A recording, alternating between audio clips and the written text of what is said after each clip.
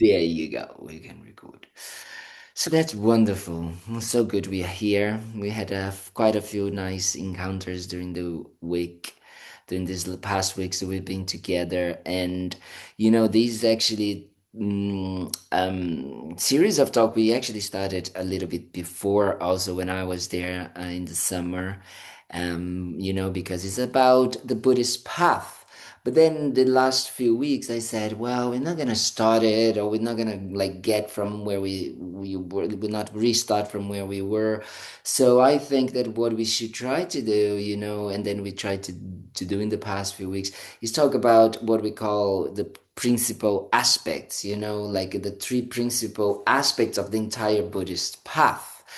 And that is very important because actually it makes sense to understand what are these like aspects, so we can have an idea, an overview of the Buddhist path and what is actually trying to talk about. So today I'm gonna just like remember, like remind ourselves and just go through a little bit of these main three aspects and how they actually form the basis of the entire Buddhist path. Because the Buddhist path can be very, is definitely very thorough and very, I'm gonna use the word complex in some ways, but it's not necessarily complex. But definitely is very thorough and very deep and very, there's a lot of knowledge, because if you think about it, what we are studying is the teachings of the Buddha. So, which actually has 2,600 years old, it is 2,600 years old. So it's not something that is just, something that started a few years back, even though for us Westerners, it really started to come to the West in the last 60 years, but it has been gathering more and more knowledge, throughout this time, and especially when it started to come with from, or being preserved, we can say like this, with the Tibetans, right? So the Tibetans are very like geeks, like they are kind of like they love to study and all of that. So they also wrote many commentaries or created ways for the teachings of the Buddha to be preserved in Tibet, but also to be kind of like thought, so it can be preserved in general for others, right? So that's why it's important for us to understand the goal of the Buddhist path, right? The intention of the Buddhist path. Because if we don't understand the intention, then we don't understand why it is, how it is able to preserve and what it is actually, that the Buddhist path is actually trying to talk about. So it's very important that whatever we think and we kind of like whenever we hear something, whenever we kind of like listen to these blah blah blah talks, me blah blah blah talks, other teachers incredible teachings, but whenever we read something, whenever we actually are engaging into a Buddhist um practice or a Buddhist studies or a Buddhist meditation, we understand what the goal is, what the Buddhist, or the Buddha's teachings, why the Buddha thought, what the Buddha was trying to achieve, by teaching us, right? By teaching. And that is why it's important that we understand, the intention behind it. So the intention, it's actually quite easy for all of us to understand, which feels very like boring to be repeating that again and again and again and again. But actually, our human life, if we can put it like this, or our human, existence is really like trying to understand why, we are alive, if you think about it, right? Why are we here? What are we doing here? What are we doing in these bones and this flesh and this mind and this emotion? Is like, why? And the universal truth in Buddhism perspective is that the reason why we are alive is because we want to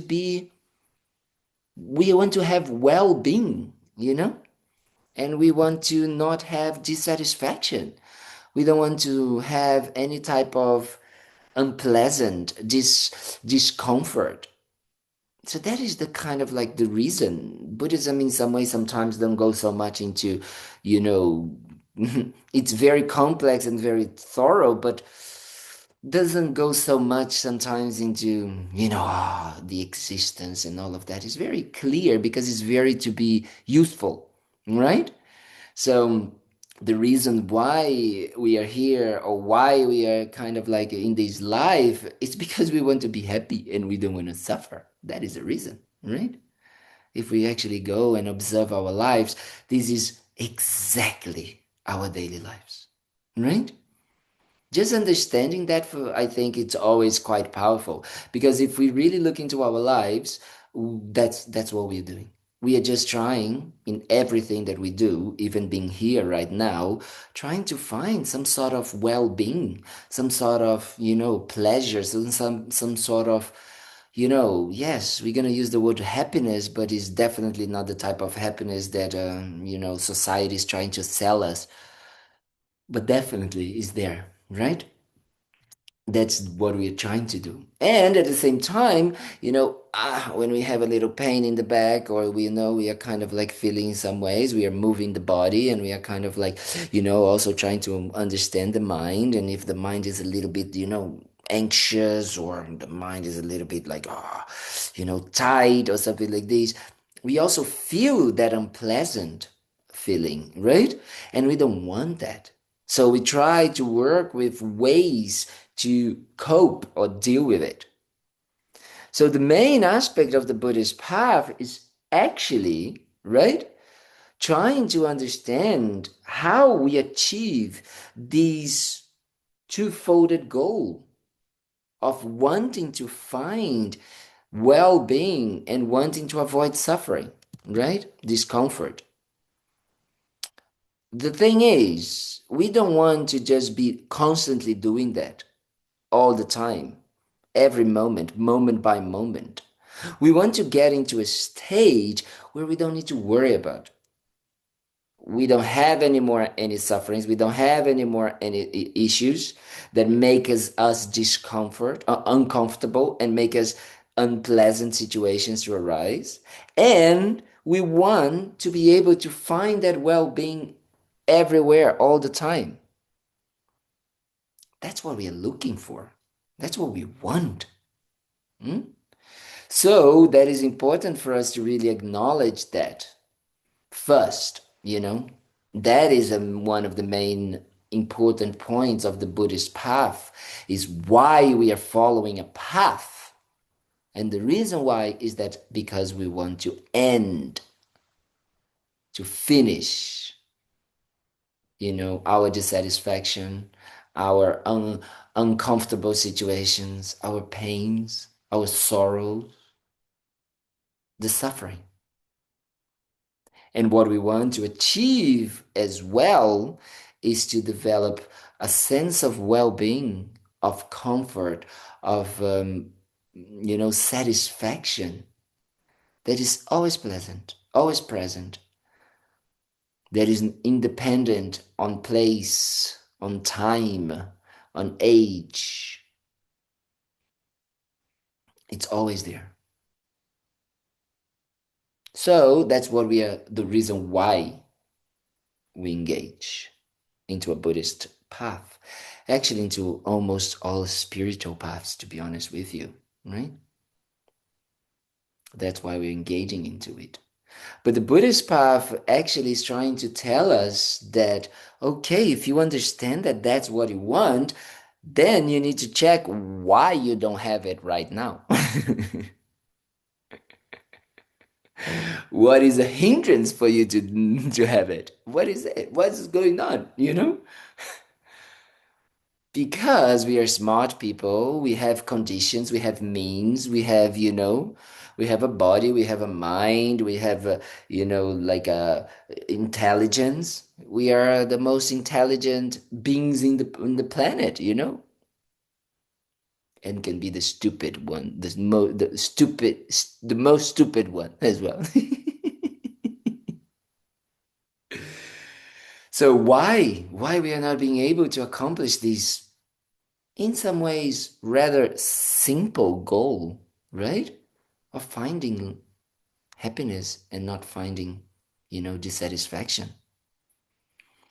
Well, then the Buddha started, trying to say to us that, well, the reason is because we are looking, for this um, permanent, for this um, lasting type of happiness, yes, that long lasting type of satisfaction and fulfillment in things that by nature, yes, are changing, temporary,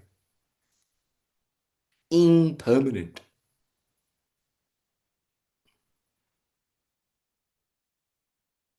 So understanding that is a priority in the Buddhist path. If we don't understand that the reason why actually we can't achieve and we are always finding again and again dissatisfaction, uncomfortable situations arising, right? And the reason why that happiness, longing, lasting, and kind of like peaceful well being seems so far away is because we are constantly putting effort, energy, time, right? Resources, believe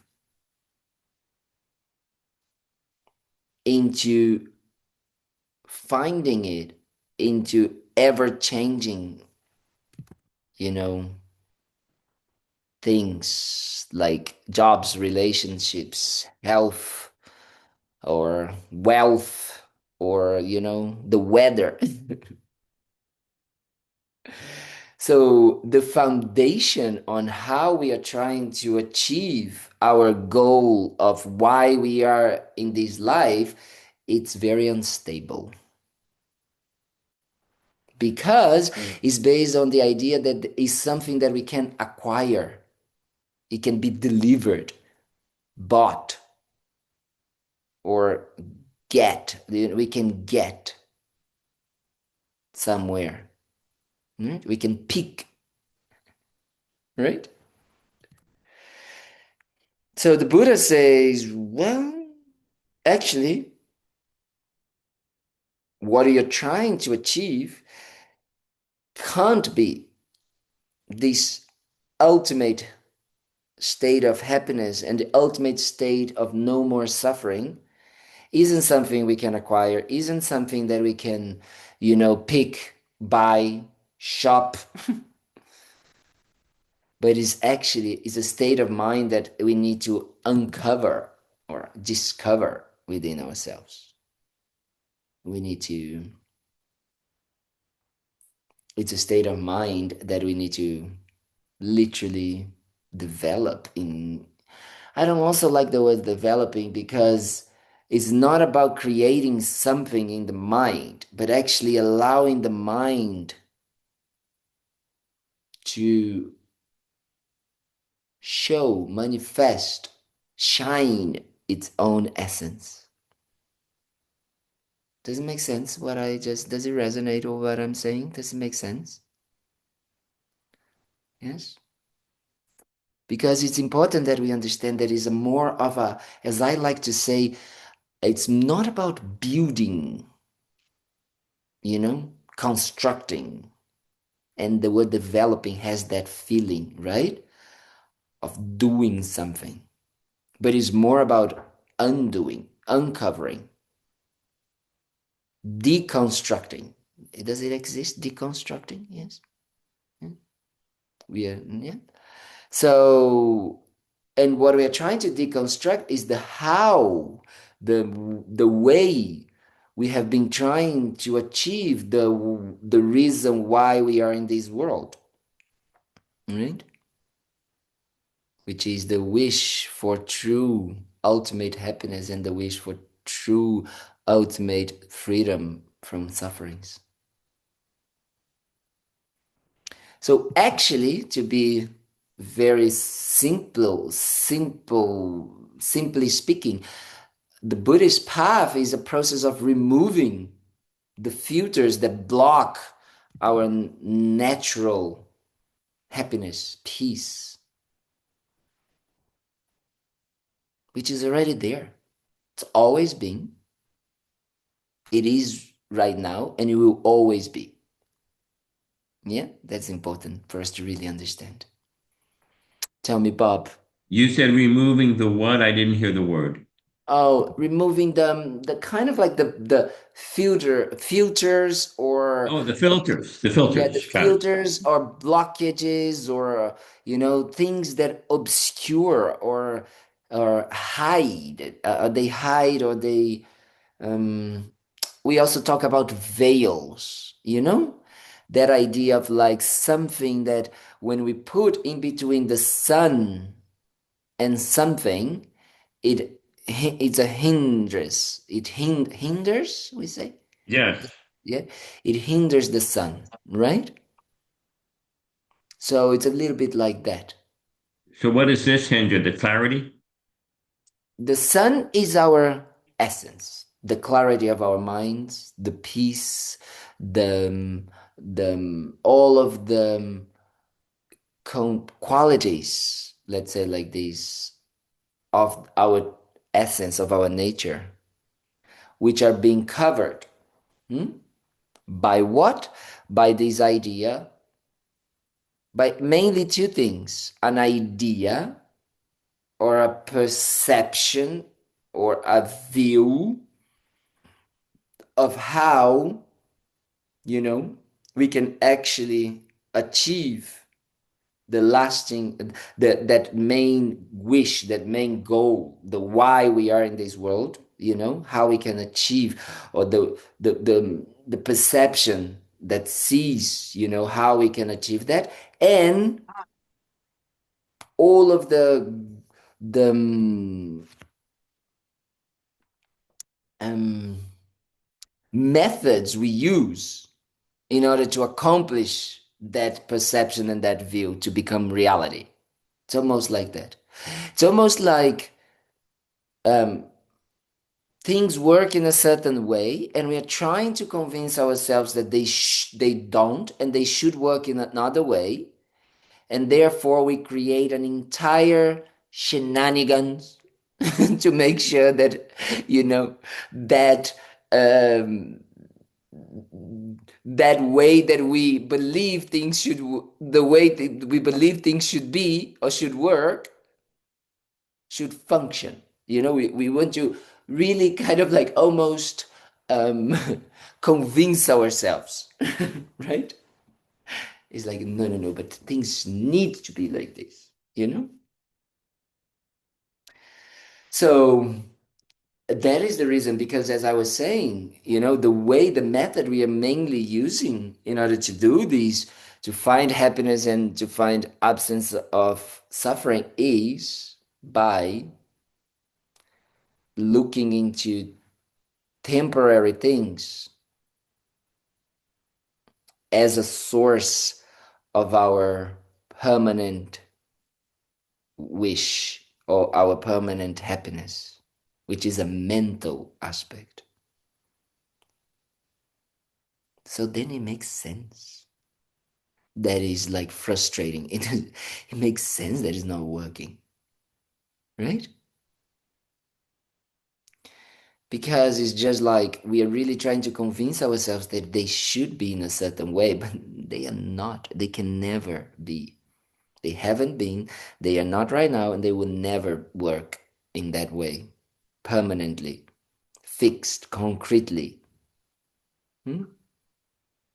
Because things are momentary changing all the time. So how can they have that permanent effect? So we are trying to put permanence into something that doesn't have it. And because we think in this way, we believe, because we think things should be in this way, we say, oh yes, things should be like this. So then we believe that they are like this. That's how crazy we are. We think, oh yeah, things should be permanent because I want permanent happiness. I want permanent elimination of suffering. So, if I want that, then things should be permanent. Right? So then I believe that things should be permanent. So then I believe what I do, I act, react upon that belief. So if I believe that something, someone, a situation, a person, an object, or a way of seeing myself has a permanence of goodness or, you know, or pleasure or happiness, then I should just want that again and again and again and again. But then it's actually, if you think about it, not making sense. Because if they were permanently the cause of happiness, I should just have it once and it would be enough. I would not have to have it again and again. That's already a lie. Is the world reality showing to us that it doesn't make sense? How or why do you want chocolate again and again if chocolate would be permanently a source of happiness? You would not need it. You would just have it. And that's it, permanently happy. Does it make sense what I'm saying? Are you understanding? So then what happens is that we don't investigate our own actions. We don't investigate not only the way we act, which doesn't make sense because we are striving, we are chasing, right? Impermanent things as source of permanent mental, yes, mind happiness, mental happiness. So then we start to suffer. And then we start to let us being disturbed by all of these mental attitudes that come for not having what we want. So we get angry, jealous, pride, attached, depressed, anxious, all of these things. Because we don't get what we want. Because we want permanent happiness, permanent elimination of suffering, but we are doing it by believing that things should be permanent instead of actually just seeing how things are, which is impermanent. It would be much easier if we would just choose, see things, watch things as for what they are, without wanting to transform it, change it, without wanting to like make it a prison out of it, right? Instead of wanting them to be in a different way. And that is very, in a more superficial level, we all know that when a situation happens that we don't have control and we understand that and we let it go of wanting things to be different, then the mind is open, then we can come up with solutions, isn't it? But I didn't want this to happen. And then you start, you keep ruminating. Yes, ruminating. So we keep ruminating on that the things should be different and the things should be like this, da da da, la la la, ba ba ba ba ba ba. And then, you're not happy when you're dead. When you're trying to fight reality, let's call it like this. Isn't it? Isn't that our experience? Even though we do live in situations, and I have to confess that Florida is a very good place for that, that we are very good at getting what we want and how we want. So we don't get, that idea of, like, no, but I want in this way. So then you just make it. You just clap your fingers and you have it, right? But even then, sometimes we don't get things the way we want. Hmm? And if we try to say, but this person, they didn't do that, they didn't do that, what is happening? Our minds are getting disturbed, right? The situation, to be honest, not changing. Actually, sometimes what happens is that when we engage into this mind of fighting against reality, what happens is that we create more problems for ourselves and more suffering for ourselves and others.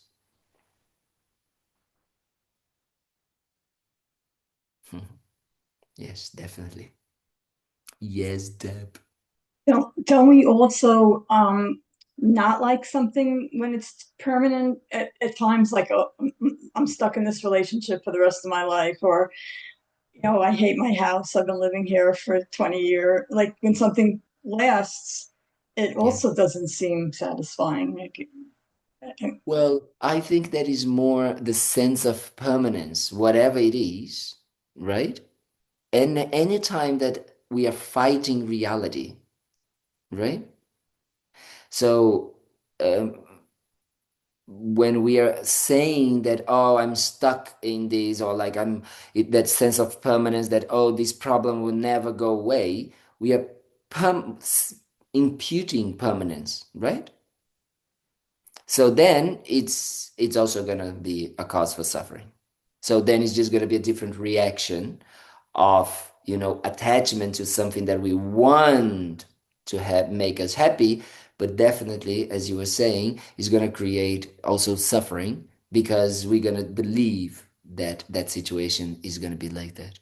I still remember when I was 16, 17, when I had to choose university, what college or like what I was going to study. And in Brazil, we actually have to stay, like to start from really already, not like a major or something. It's not, in I think in America, you guys study like Bachelor of Arts, which is more like, open and you don't have to, do.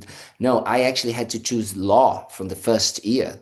So I studied like 5 years of law and then I did a master's, like another year. So it's like from the beginning you need. And I remember my mind really thinking there's like, oh my God, if I study law, it's like it's going to be a permanent decision, right? It's kind of like I'm going to be a lawyer or be a judge or be like, that sense of permanence that this is. And guess what? Totally different. Then I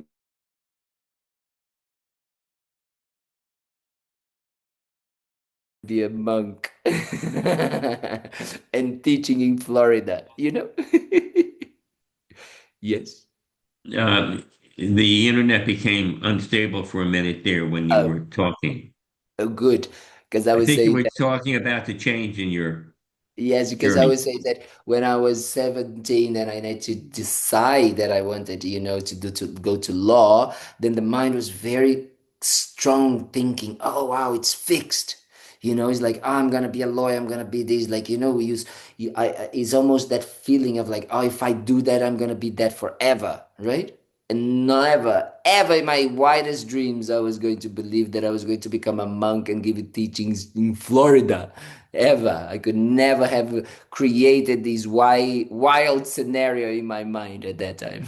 Right? So that's it. We project these permanences, you know, in everything that we do, and therefore we react to it because it's against reality. It's different. It's completely, opposite of how reality actually works, how things function, which is being impermanent, ever changing, always changing. We are always changing, right? So if we are always changing, everything else is always changing. It's like saying, yes, there is a river, but every time you touch the water, it's a different water, right? So every moment that we experience is a different moment. It looks sometimes exactly the same, especially routines, no? Day after day, we wake up and do the same thing, but every single day is a different day. So it's like the water in the river. There is a continuity, right? But every time we touch the water is a different water. Does it make sense what I'm saying? Yes. And that helps the mind to let it go a little bit of that grip of permanence and that attachment to how things should be and kind of like trying to um, make things concrete and permanent, like it's almost trying to we are trying to catch the water, And we do dams. How do you say that to stop the water? A damp? No, dam. Dam, A dam. A dam. dam. Damn, I'm hungry. You can say like this, but not like this. Not different.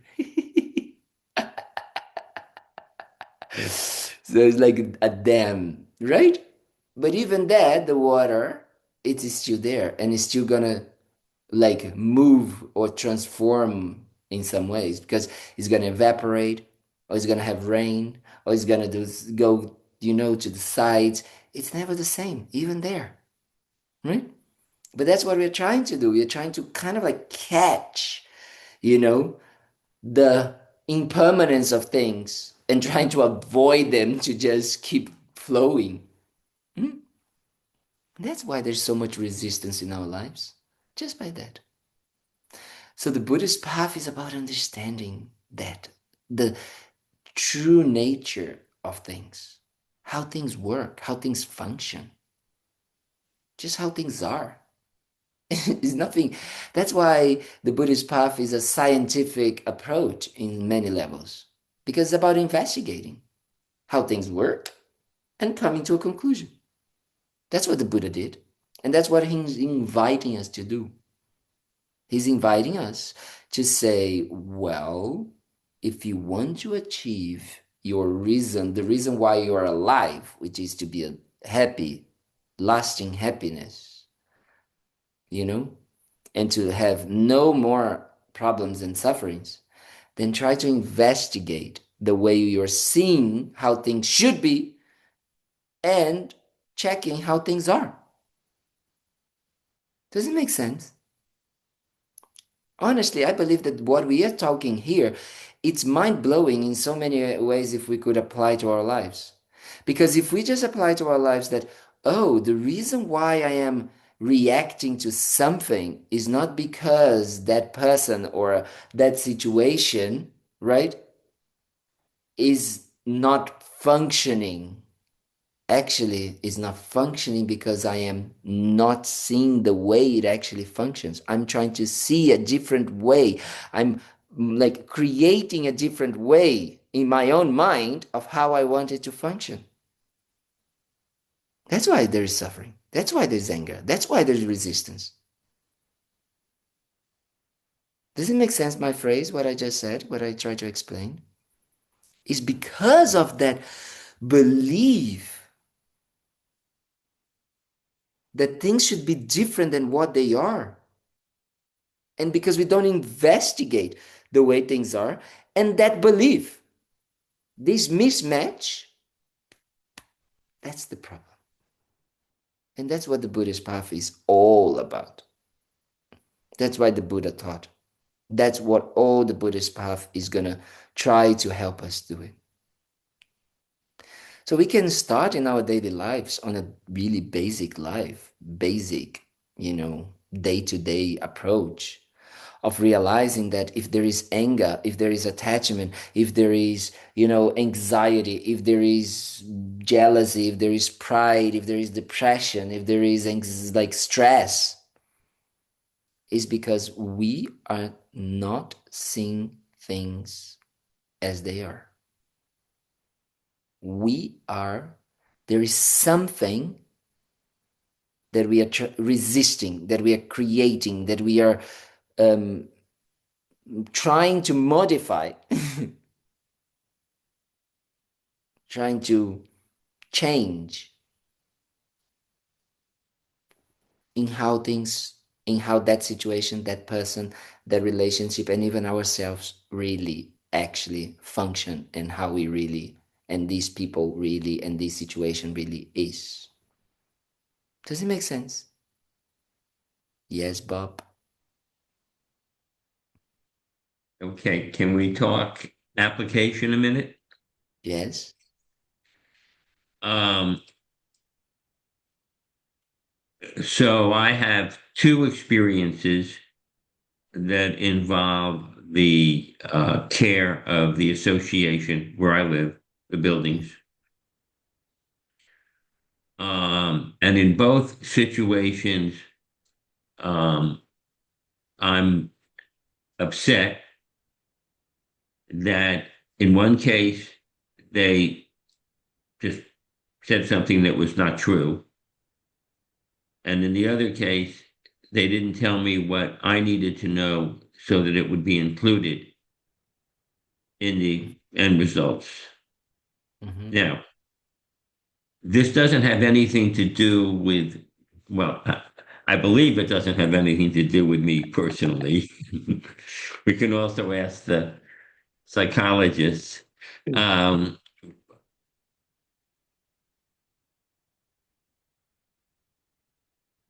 I don't understand how my feeling the emotion of anger or being upset, Yes.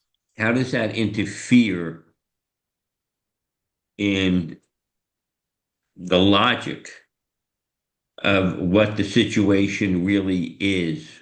Yes, very good. There is only anger because you are not accepting that they didn't tell you and that the situation was the way Right. it is. That's the problem. And guess what? Anger, it's a mental state that disturbs your mind and covers your mind, your clarity, your sunshine, your light from manifesting in a way that will be clear, therefore reasonable, that will be kind, that will be compassionate, that will be loving, that will be of benefit for yourself and others. So anger is a future that is coming, or is a reaction, let's say like that, to be more precise, only existing because of non-accepting or you trying that things would be different. Which means that is like you believe that the correct way should have been a different way. But guess what? It hasn't, That it is was not. correct. It was But not. what you say? It Yeah. was not.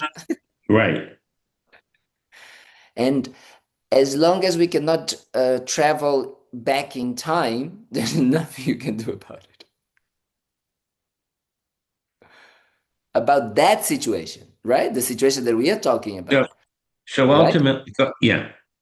But moving forward, you can learn because let's say, oh, I need for my own mind to have more clarity. So then I need to be clear from my side to ask people to give me that clarity. Guess what? You don't have control if they're going to follow that or not. If you accept that, no suffering. Does it make sense? Yeah. So what you're saying is that anger is never appropriate.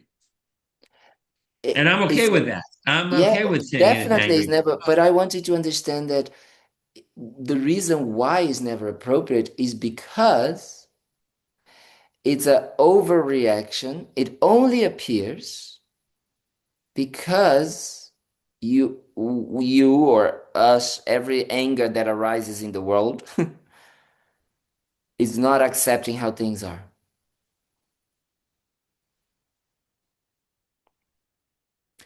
So yes, we could talk about the anger in itself and saying, yes, the anger is a negative mind. It disturbs your mind. It doesn't allow your light to shine because it's covering it, you know?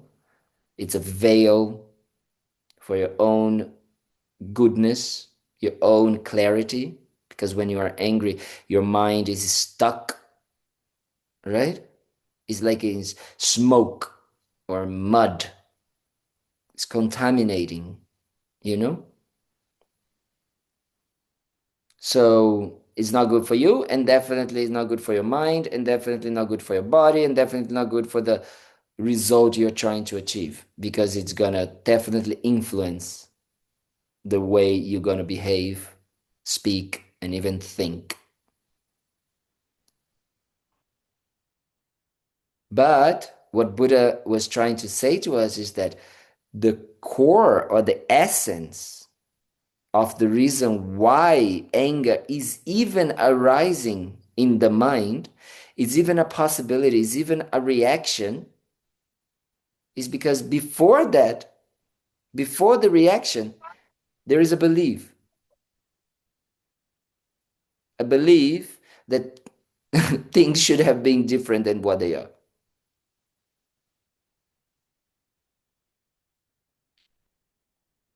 And that belief involves the situation and especially involves you as well.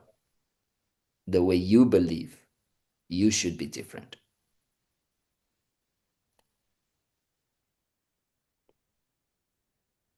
So if we have that understanding, then everything that we start to do and every experience that we have, whatever it is, it comes from that understanding that actually the problem is not outside. It will never be, it never was, but it comes from my disconnection or my misperception of me wanting to change, modify, do something with the way things actually are.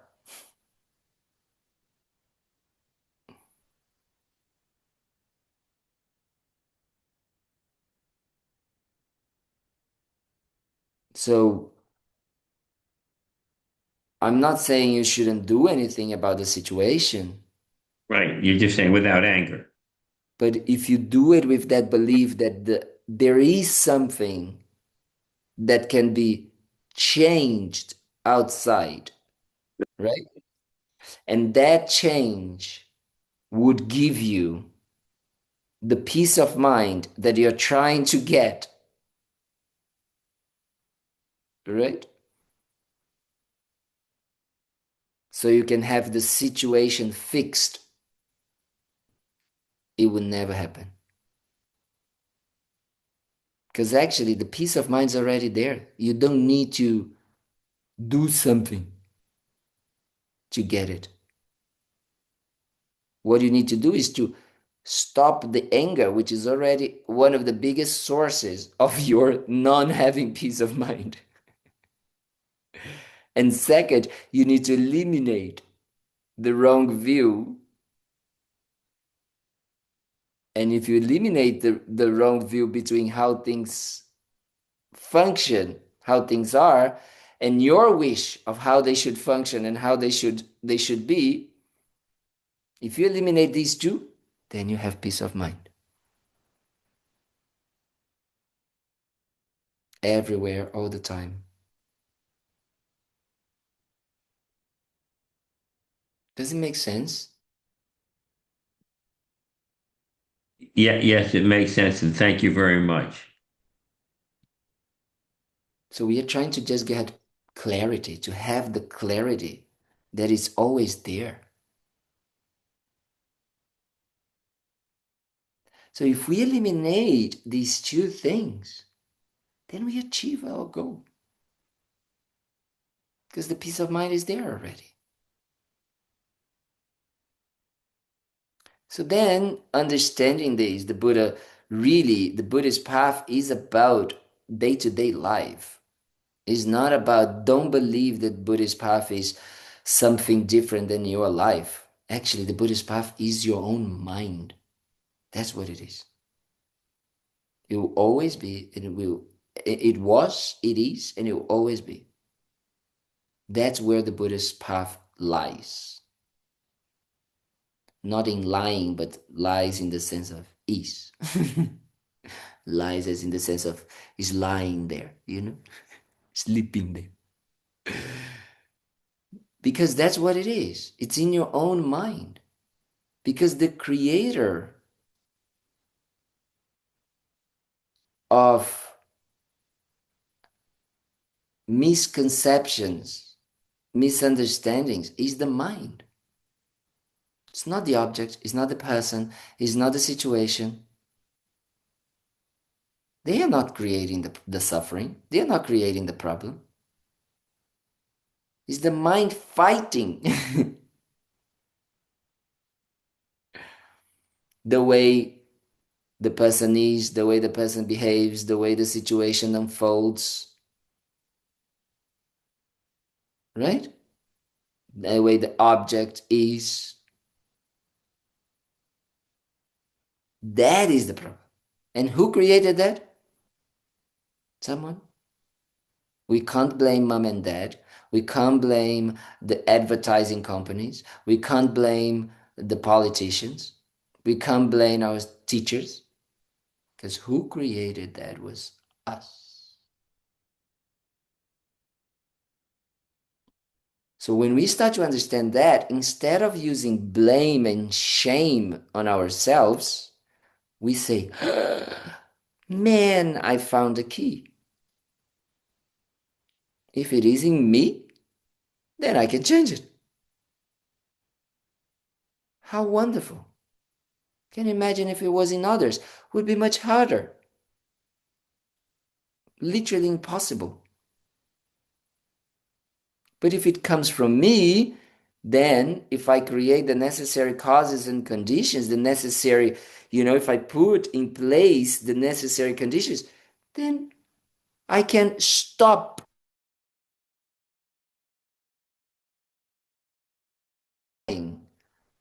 seeing things in a different way than what they are. Why? Because there's no need for that.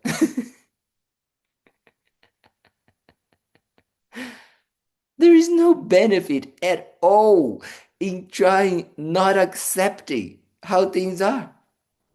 Why? Because this is not going to change a single thing about how things are. Does it make sense what I just said? You not accepting it doesn't make any difference.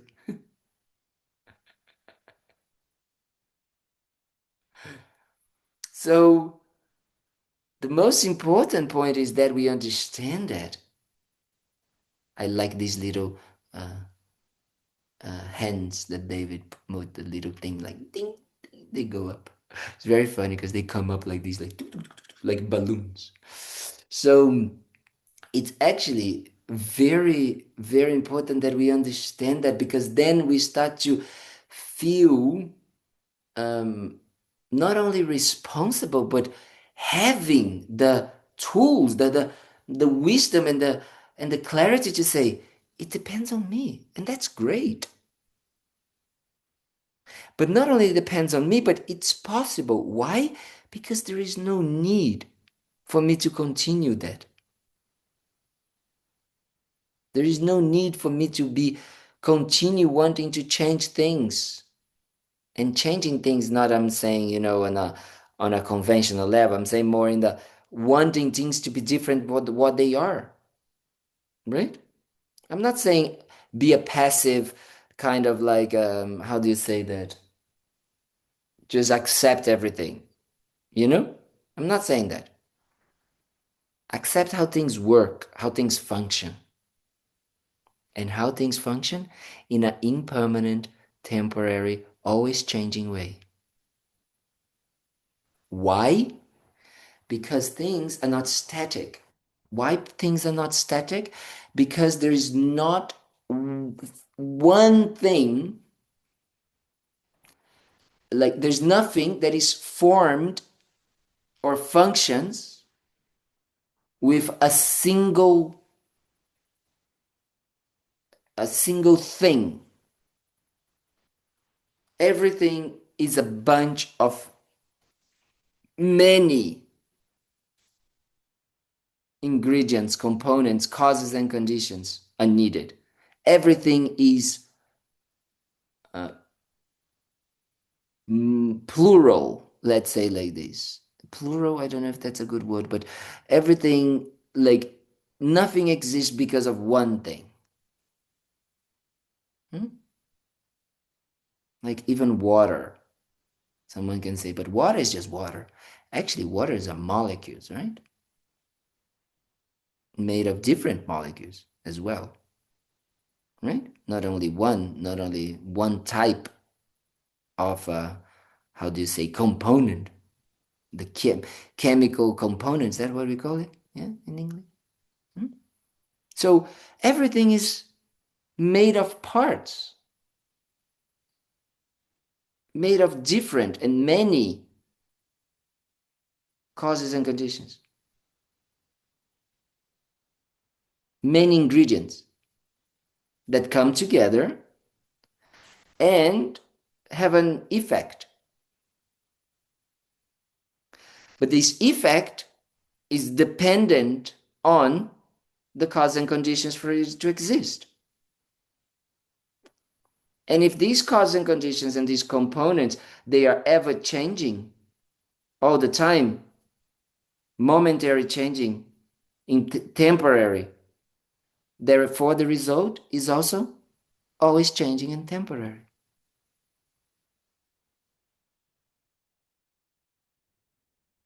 So that's how things exist. They don't exist because of one thing and having just the same result always, permanently. Actually, they exist because of many parts and many conditions, not only one. And these parts and these conditions are always changing, temporary, momentary changing. Yes? Therefore, their result is also momentary changing. So it's not permanent. That's how everything in the entire universe exists.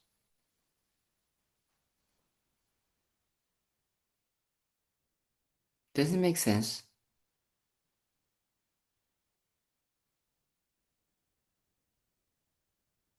Do you need examples of that? Or is easy to see that?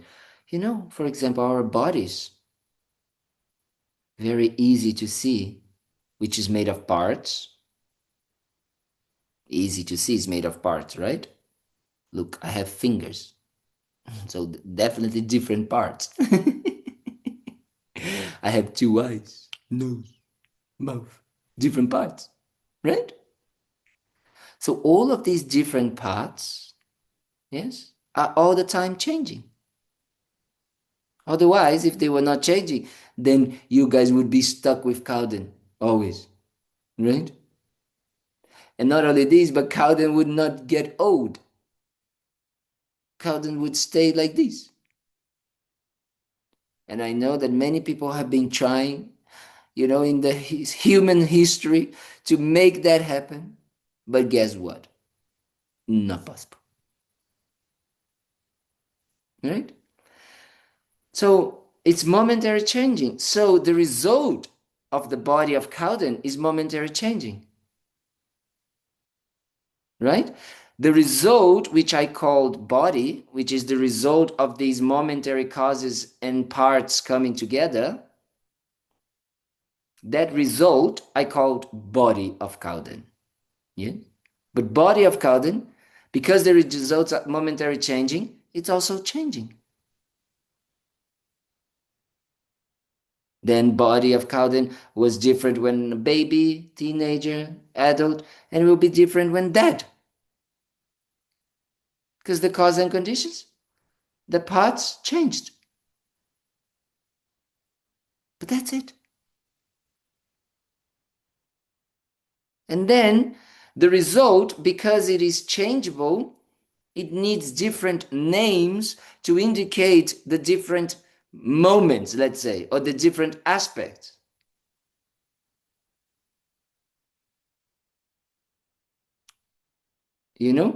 When change become too big, we start to notice that there is change because we are a little bit stupid sometimes. We think that things are not changed, but when we see change, then we give different names for that change. That's it. That's only that. Does it make sense? Like the flower, there is a seed. A seed is also made of parts, made of different components, causes coming together to make that seed. Why? Because not only all seeds are same. There is apple seed, orange seed, flower seed, tree seed, all different things, right? And what makes them different is the components. And guess what? Also momentary changing. So when the components that needed in order for an apple seed to arise, they come together, and then the result for that moment we call an apple seed. Yes? So if we don't do anything with that seed, it's going to stay like an apple seed forever? No. Why? Because it's going to rotten. The conditions are going to start changing, and then it's going to be a rotten apple seed. Why we call it like this? Because it doesn't function anymore as a apple seed. It doesn't have any more the potential. So that's why we need to put the quality rotten. Does it make sense? So it can indicate us that that function of sprouting gone. Conditions are not there anymore. Does it make sense what I'm saying? So then, but the conditions are there for it to become the potential, yes? If the conditions continue changing in a certain way, it has the potential to become an apple tree. So then more conditions are added, like moisture, water, sun, nutrients. And then this starts to change into a sprout. So now the result of this change, together with these new conditions of warm and water and fire and sun, becomes sprout. That's it. So it's a name to indicate a temporary condition of a seed.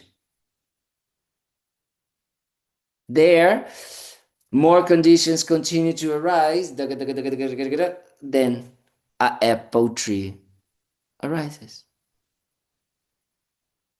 Then IKEA comes and chops it out, and then those conditions become different result, become wood.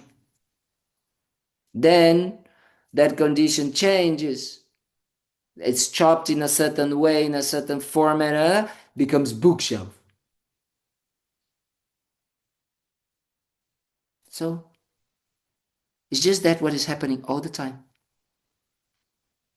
Causes and conditions coming together, transforming the situation, and being labeled, being named, being explained. That's how things exist. That's how things function. That's what the Buddha was trying to tell us. Guys, pay attention. Why are you holding on to a bookshelf if when it breaks, if the conditions, it has the potential to break because it's part of its function. If the conditions are not there, it breaks. If the conditions are there, it's a broken shelf. If it's not, it's a shelf. Just that. Cause and condition. Different result. So why do we get sad when our body dies? It's just cause and conditions. Conditions are not there, dead. Conditions are there, alive. That's it. Doesn't make sense. But we don't live like this. We don't like that. We don't like that we don't have the total control. So what we try, we say, no, no, no, no, no, no, no, no, no, no. I'm gonna control everything, and I'm gonna make sure that this body and this mind that I believe it's permanent, fixed, and it makes me exist, should live forever. Then all the problems gone. Everything, all the miseries of our lives come from there. Yes, dear Shin. By the way, I received your email. I just need to have time to answer. I'm so sorry. Maybe in the next few weeks, when we don't have class, I'll have that. Is that okay? Of course. Thank you. Thank you. Um, you you mentioned death, and something just sprung into my head. Good. And so it's more along the lines of accepting, you know, that we have to accept that things are always changing and accepting things the way that they are. And I would imagine also, right, accepting people the way they are. Um, my closest friend passed away in Mm-hmm. June, and Mm-hmm. I have accepted that it was her time to go, and Mm-hmm. it was very sudden. But her mother, uh, I really don't know how else to say this except I've for 26 years. I'm 40 years old, so we knew each other since we were 14. Um, Wow. I've known her mom that long, and her mother's behavior. I had to create a GoFundMe to have a, a funeral for my friend, and her mother tried to steal it for her personal use. I had to go to an attorney. It was a mess of a situation, but Mm-hmm. I've I've tried so hard to just accept that that's the way her mother is and always has been. And I'm finding that I'm still, even though I don't want to, and I'm really struggling with accepting that she's always been this way. I've known this for 26 years. She's she's not going to change. I can't change her. I don't well, I kind of wish I could, right? But you know, Yes. not gonna happen. But I guess my question really is if I if I feel like I've truly accepted all this, but I still feel this anger coming up when I think of her, does that Mm-hmm. mean that I haven't truly accepted it? Thank you so much for sharing, and I'm so sorry for your friend and that situation. Very, very sad, definitely. And but meaning that understanding how things function doesn't mean we uh, we accept or we don't try to change the causes and conditions. Actually, understanding that things are depending on causes and conditions, right? Momentary change in causes and conditions means that everything is possible. So I think that what happens is that as long as you understand that the reason is the reason why your anger is coming first is because you're still holding to believe that things should be different than they are, right? Right. Second, it's not about saying, because you said in your talk is that, oh, I like she's always been like this, she's not gonna change. It's not true because things change. Everything changes. She might not be able to change now. She might not be able to change in the next 10 years. She might not be able to change completely in certain situations, but she's all the time changing. So there's always the potential for change. But the reason why it's difficult for change to happen is because of that belief. So we keep going into the same ideas and the same habit of believing that things should be in a different way that they are. So that's why anger arises, because you believe in that. So it doesn't matter what is the situation. That in this situation is her actions. It can be your partner saying something nasty to you or something that you don't like. It can be your boss. It can be something. Why? Because you're not you're trying to change the way things are happening, right?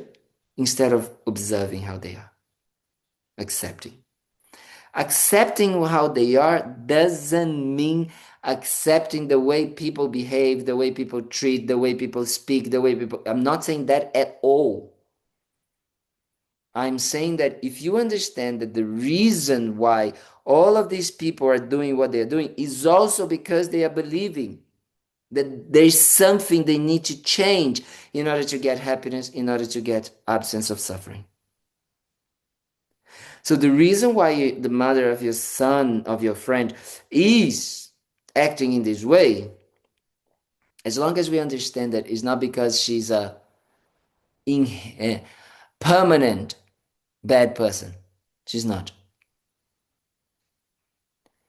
In this context, her actions have the conditions to be called bad or negative. In that circumstances, with these conditions. Conditions change, so maybe she's nice to her neighbor, to her, like a friend, to someone, because the conditions change. Because there is not a fixed way that she exists. Her body is not fixed, her mind is not fixed, so she's always changing. If the causes and conditions are put in a certain way, then a certain result comes. The problem is that we are always trying to put the same conditions and causes so we can always have the same result, but it's impossible. Because we are already a different person than we were a second ago. The world is different. The world already changed, literally, physically, right? So it's impossible. But we are trying to grasp to that. Does it make sense what I'm saying? It does. So for you to have peace of mind is you understanding where she's coming from helps alleviate your idea how things should be. Because that is the conflict. Does it make sense? It does. Does that also mean, like that accepting the way someone is or accepting their behavior doesn't mean condoning it? It doesn't mean condemning it, and it also doesn't mean acknowledging it, like allowing it. Because, for Condoning, example, sorry? condoning, like Yes, condoning. indoning, yes. Yeah. Great word, yes.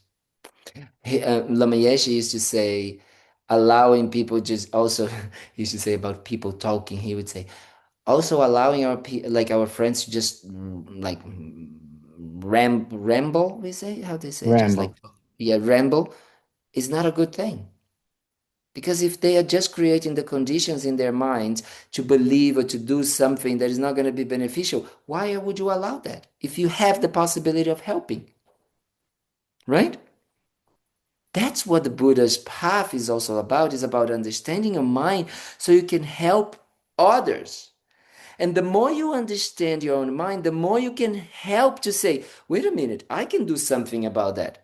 I cannot change their minds, but I can help them to shut up. you know? So that is the kind of like what a Buddha's path is all about. His Holiness always says about that the Buddhist teachings was based on two things. Is by first work on your mind by understanding how you are creating, the causes of your suffering, and therefore you're creating suffering for others by wanting to change things, right? And once you do that, you understand it, not only you stop harming yourself and others, but you even start having the possibility of really, truly helping. Because you understand that is not giving the hug or the chocolate or the money or the whatever it is going to be the ultimate benefit. It's going to benefit in that moment, yes, but the cause and conditions will change, so that benefit is going to go. But helping them to have a lasting way of benefiting themselves, that is the best. And how is that one? How we do that? By helping them to see how things exist and helping them to see that the way they and we are thinking about how things should be is wrong, is mismatching. So how can we do that? By doing first with ourselves. First, we understand how things exist, and we understand that the way we are looking at things is wrong. We eliminate this, and we just stay with that. Then we have all of the necessary wisdom and tools to help others to do the same.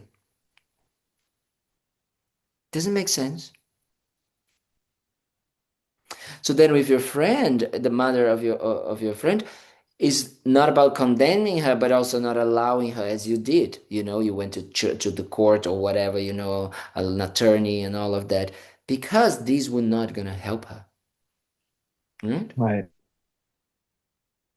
So that is the mind that we have to. But if we have a grasping to say, this needs to be like this, like kind of like she cannot have that, something like this. She's wrong, she's bad, she's da da da da. But actually, if you just understand, wow, if I create the necessary conditions, if I actually have a clear mind, if I maybe go and talk to her in a more open and this can help. But I also gonna have, an attorney. I'm also gonna have this, that. I'm gonna create all of the necessary conditions so that result that I feel that is the most beneficial to happen. And I create the result, the conditions. I act upon them, but I know that things can be different conditions that I'm not foreseeing can happen, and the result will be different. That is life. Right. When I went to the pilgrimage, now with the people, I said to them, look, we're going to have a very detailed, almost hour by hour, what we're going to do. But we're going to set that intention, and then we're going to relax. We're going to create all of the conditions for that to happen, but then we're going to relax. Why? Because we are in India and Nepal. There's many circumstances that we have zero control of, which is actually normally life, right? But there we have even more because we don't speak the language, because we don't know the people, because, things are totally different. So we're going to have an idea, a wish, and then we're going to let it go. We're going to create the conditions for it to happen. Like, for example, we create all the conditions to come down from the mountain on a certain date, and then the weather started to change. So then, can we control the weather? No. What we can do? We can maybe create ways to make sure that we are, okay, can we walk down? No. Can we take a helicopter? Maybe. Can we do that? Yeah. So then we create the conditions, Okay, so we're going to do that. Okay, when the time comes, then this is going to happen. Yes. When the conditions change, which means the weather, then we do what we can do. That's it. Doesn't make sense. It's like, it's not about not living in society and doing things differently. It's actually living life, but in a completely opposite way of how we live. But just here, what is changing is here. It's not about life, conventional life, mundane, day-to-day life. So that is the idea. That is the Buddhist path, is to help us be free from that. As the main goal, the main objective. Because when we are free from that, then we are using a method in our minds that are able to actually achieve the cessation, complete elimination of the causes of our suffering, which is the mismatch between how things function and work and the way we are wanting or helping or wishing them to be or function or work. So if we eliminate that, why would I be angry if things would be as they are? Because there's no anger, only comes from this expectation of something to be different than what they are, right? But if they are as they are, and I know as they are, and I accept as they are, there's no anger to arise. Doesn't make sense. And if I accept that, if I create the necessary conditions, the result can be beneficial for others, then I become happy. Because I want others to be happy as well, the way I am, because I eliminated, because I see how things are. So I want to create the conditions that I can, which is not all of the conditions necessary, right? Because it depends on people for them to have also create the inner conditions for their mind to also be free. So then I use my body, my speech, and my mind in order to help creating the necessary conditions that the world and the physical and the external world can have or can help. And then we let it go and we allow people to then check if they will create the necessary inner conditions for them. So then we don't become frustrated. We just become extremely patient because we know that, with time, the conditions will come and that person will liberate themselves as well from that wrong view. Does it make sense? I think it makes a lot of sense, actually, the Buddhist path. So that's what the Buddha was trying to say. Just that, simply that. Not overcomplicated things. So the path is about the more we develop that understanding, the more we develop then that understanding, like with your mom's friend, that the reason why she is doing what she's doing is because her reason to live is to accomplish her ultimate happiness and her ultimate elimination of suffering. But the method she's using that is by believing that things should be different than they are. And she's reacting to that. And everyone reacts in whatever way they react. Because of habits, tendencies, whatever. Then we don't need to even go so much into this. Then, if I understand that, oh, it's exactly the way I do, but I do it different things. So then, what do I do? No, not that I do it different things. I also do exactly like her, but it manifests in different way. Just that. Yes? So then, I just do what? Oh, if I am working on my mind and I eliminate my way of wanting her to be different, the things to be different, and all of that, and I just stay with what it is, and see things for what they are. I understand the functioning, how things functioning by causes and conditions and parts coming together, and therefore momentary changing all the time and having a result, moment by moment, result changing. Right? If I understand that, then I'm free. And therefore, I can help them. Then I can accomplish my goals and the goals of everybody. I can achieve my happiness and my elimination of suffering, and I can help others. But if I don't have that, I can't. And that state of that understanding that things functions by depending on causes and conditions and momentary changing causes and conditions, and each moment giving a different result because each moment the causes and conditions are changing, and therefore there's a changing result all the time. Because of that, if I understand that, right, together with the wish that the more I understand that, the more I can be of benefit for others, that is the intention that creates the cause for us to then work on this, of seeing things, and working on helping and benefiting others. So that's what the Buddha is trying to say to us.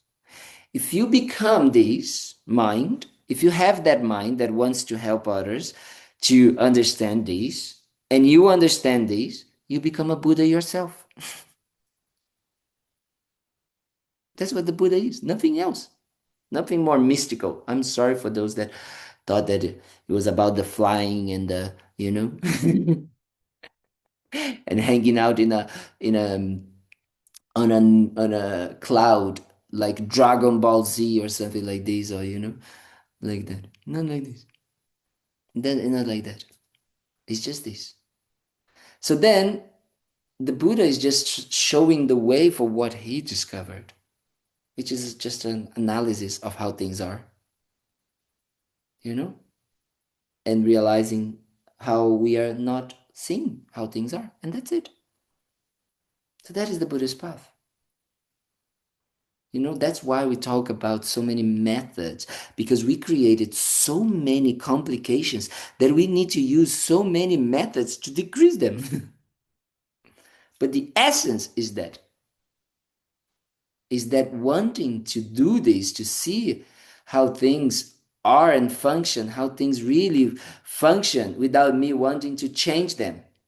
And realizing that me wanting to change them, and change means me not accepting them as they function, that they, meaning that I don't accept that they function by momentary causes and conditions and parts and having different results, because I want them to be fixed in a certain way and stay like this and always have that result, right? I don't want the result to change. I want the result to be like that forever. That's what the problem.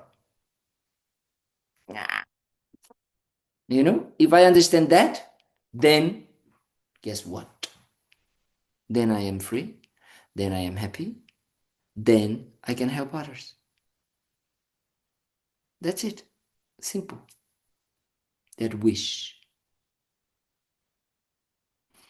Okay, so that was the idea. I hope it made any sense, or that it helps, because if we bring that understanding, then next year when we're going to talk about the different kind of like methods, and how to actually develop more that wisdom, that correct view, as we say, to how to eliminate the wrong view of how things do not exist, which is the way we see things now, and how we familiarize ourselves back again, or how we will unveil, take out the veil. Was the word that I used? We said uncover, right? When we uncover the way things actually are, without the veils that we create, you're gonna need a process, right? A method. So that's the wisdom. We need to have the mind that is going to bring us to that. And we need to have the mind that is going to help us live life in a better way before we can achieve that. So that is the compassionate way, the compassionate path. So with compassionate path, we start to live our lives better right now. And with wisdom, we aim to the long-term solution. Yes? And then when we have these two together, then we have everything. We have now perfect and future perfect. Everything perfect, always perfect. So that is the idea. So I hope it made any sense what we discussed. I hope it made any kind of like, benefit. If we want, I'm sure what we discuss can bring benefit. If we try to apply to our lives, to our minds, and to daily lives. As I said, the path is your mind. Never forget that. Please, don't forget that. There is no outside path. There is always your mind. The mind is your path. The path is your mind. And the mind is your path. Also good.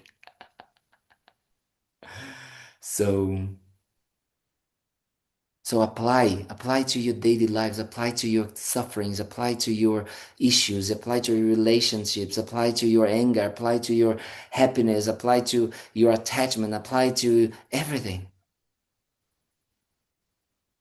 Yes?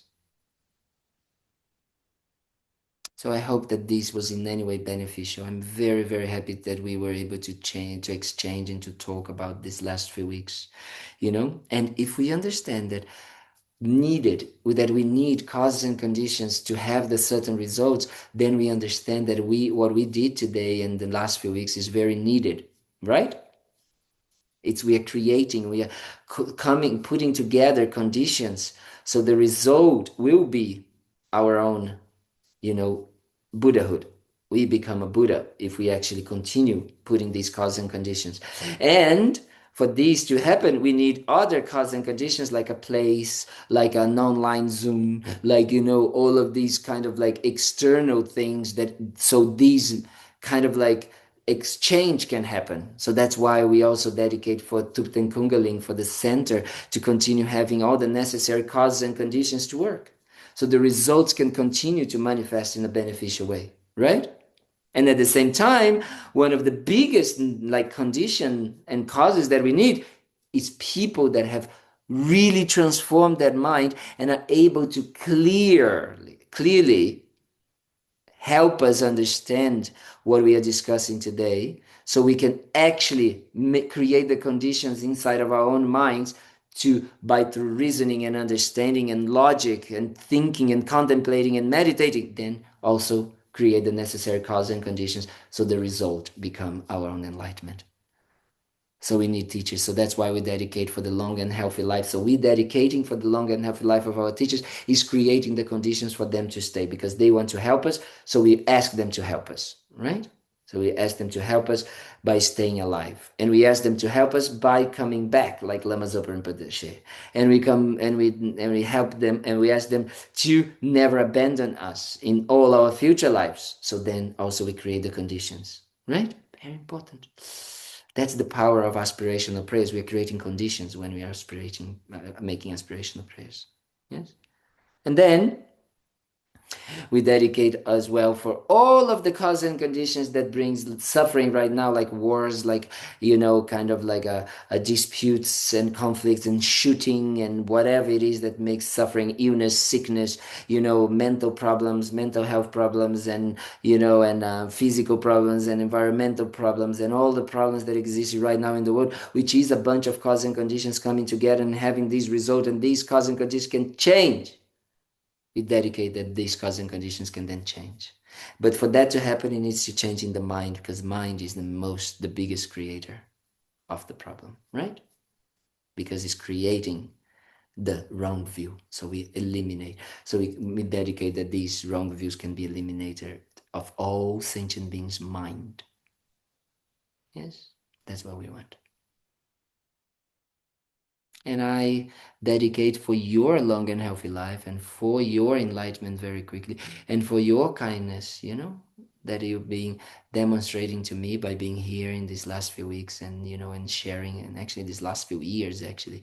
May these manifest of your own enlightenment, of all the suffering of your mind and all your families and family members and friends, and, all of the people that all of their suffering to be eliminated, and for them to be happy. Yes, by eliminating the cause of their suffering. Yes. So thank you very much. Good night. Enjoy your Christmas. Don't eat too much. And I see you Sunday. Thank you for this David. wonderful teaching. Thank you, thank you, Thank you you. so much. Thank Thank you. you so fabulous much for teaching. everything. See you Sunday. Thank you. The last Have a 3 wonderful weeks. night. See you Sunday. Bye. At the Thank you. center. Bye. Yes. See you at the